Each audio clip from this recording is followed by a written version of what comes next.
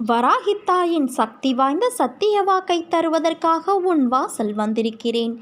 என் அன்பு குழந்தையே, இந்த சித்திரை புத்தாண்டு தினத்தில் மகிழ்ச்சியான சம்பவம் ஒன்று உன் வீட்டில் நடக்கப் போகிறது. என்னை நம்பி நம்பிக்கையோடு இதை கேள் என் குழந்தையே. வாழ்க்கையில் நீ செய்த தவறுகள் உனக்கு வழிகளை கொடுத்துள்ளன.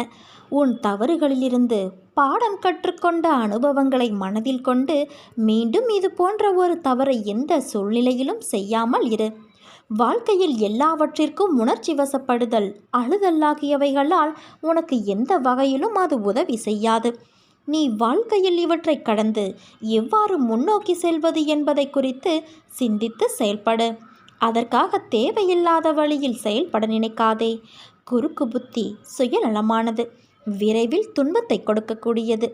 குறுக்கு புத்தி இல்லாமலும் கள்ளமில்லாமலும் முட்டாள்தனம் இல்லாமலும் இருக்க வேண்டும். நீ புத்திசாலியாகவும் கள்ளம் கபடமற்றவராகவும் மனித தன்மையோடு கூடிய கூர்மையான புத்தியோடு இரு. என் வார்த்தைகள் மீது நம்பிக்கை வைத்து செயல்படு.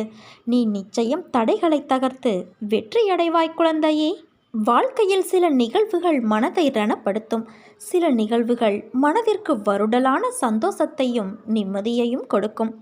மனதிற்கு நிம்மதி தரும்போது அது ஒன்றும் தெரியாது. இதுவே குழப்பத்தில் உன்னை சுற்றி என்ன நடக்கிறது என்பதை கூட உன்னால் அறியாத நிலையை உணர்வாய். அந்த சூழ்நிலையில் உன் அருகிலேயே நான் உனக்காக இருப்பேன். உனக்கான நல்லதை மட்டும்தான் செய்வேன். உனக்கும் உன் குடும்பத்தினருக்கும் எல்லாம் வந்து சேரும் குழந்தையே. உனக்கான விடியல் காலம் வந்து விட்டது. எல்லாம் நல்லதாகவே நடக்கும். உன் வாழ்க்கை நல்லபடியாக அமையும். நீ எதற்கும் கலங்காதே. உனக்கு உலகமாக உன் அன்னை நான் இருப்பேன். உனக்கு எதுவும் நேர விடமாட்டேன். என் பரிபூரண அருளும் ஆசையும் பெற்ற என் செல்ல குழந்தையல்லவா நீ. நல்ல நிலையில் நிம்மதியோடும் சந்தோஷமான மனநிறைவோடும் உன்னையும் உன் குடும்பத்தையும் நான் வாழ வைப்பேன்.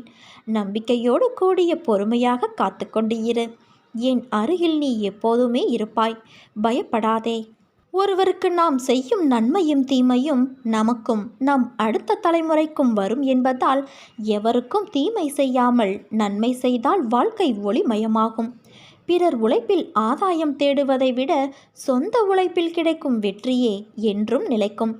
அடுத்தவர் பொருளுக்கு ஆசை கொள்வதை விட கிடைத்ததை வைத்து கோபுரம் கட்டுபவர் இறைவனின் ஆசையை பெறலாம். நீ இன்றைக்கு நலமோடு இருப்பதற்கு முக்கிய காரணம் உன் அன்னையான நான். என்னுடைய பாதுகாப்பில் நீ இருக்கிறாய் என்பதுதான் உண்மை. இயற்கையாலும் விதியாலும் மனிதர்களாலும் அமானுஷ்ய கிரகங்களாலும் உனக்கு எப்போதும் ஆபத்துக்கள் காத்திருக்கின்றன. இவைகள் அனைத்தும் எந்த நிலையிலும் உன்னை அண்டாமல் கஷ்டங்கள் தராமல் இருக்க நான் உன்னை எப்போதும் கவசம் போல காப்பேன். உன் பாதுகாப்பு என்பது என்னுடைய திருநாமமே. அது எப்போதும் உன் நாவிலும் மனதிலும் இருந்தால் உன்னால் எதையும் சாதிக்க முடியும். எனது பெயரை நீ நித்திய பாராயணமாக சொல்லிக்கொண்டே இரு. நானே உன் கவசமாக உன்னை அரவணைத்து காப்பேன்.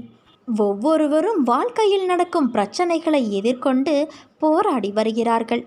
எல்லோரும் கஷ்டங்களை அனுபவித்தே வாழ்வதும் இல்லை, சந்தோஷம் மட்டுமே அனுபவித்து வாழ்வதும் இல்லை.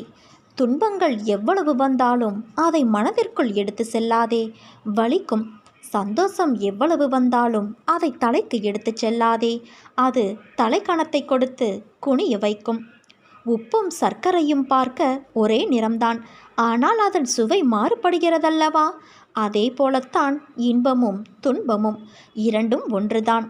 ஆனால் அதன் விளைவுதான் உன் வாழ்க்கையில் உனக்கு ஏற்படும் சுவை. அதனால் எதையும் மனதிற்குள் வைத்து புழுங்காதே.